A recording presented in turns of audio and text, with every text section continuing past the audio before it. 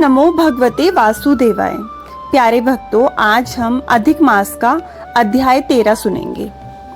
सूत जी बोले, हे मुनि श्रेष्ठों, अब मैं आपको उस पवित्र कथा का सार सुनाता हूँ जिसमें धर्मात्मा राजा दृढ़धनवा के जीवन, उनके वैभव और अंतर मन में उठे वैराग्य के भाव का अद्भुत वर्णन है। ऋषियों ने विनम्र होकर पूछा, हे सूत जी, पुरुषोत्तम मास के प्रभाव से राजा दृढ़धनवा ने कैसे राज्य, परिवार और अंत में भगवान का परम धाम प्राप्त किया? कृपा करके इस कथा को विस्तार से कहिए।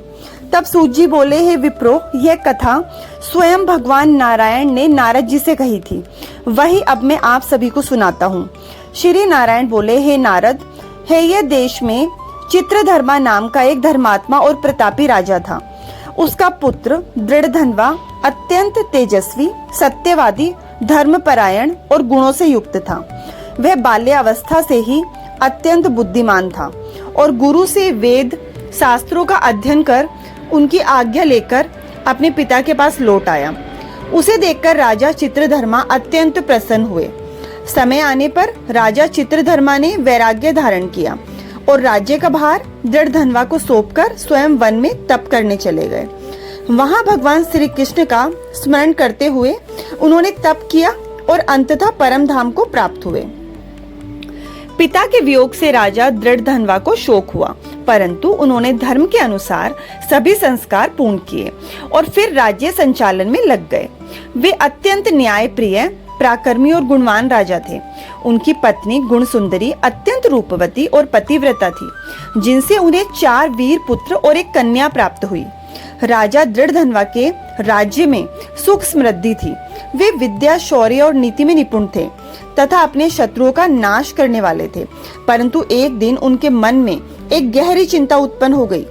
एक रात्रि उन्होंने सोचा, मैंने ना तो कोई विशेष तप किया, ना दान किया, ना यज्ञ किया, फिर मुझे इतना वैभव कैसे प्राप्त हुआ? इसका कारण क्या है? इस प्रश्न ने उनके मन को व्याकुल कर दिया। अगले दिन में वन में शिकार के लिए गए। वहां एक मृग का पीछा करते करते वे गहन वन में पहुंच गए। प्यास से व्याकुल होकर उन्होंने एक सरोवर में जल पिया और एक विशाल वट वृक्ष के नीचे विश्राम करने लगे। उसी समय वहां एक अद्भुत तोता आया, जो मनुष्य की वाणी में एक गूढ़ श्लोक बार बार बोलने लगा।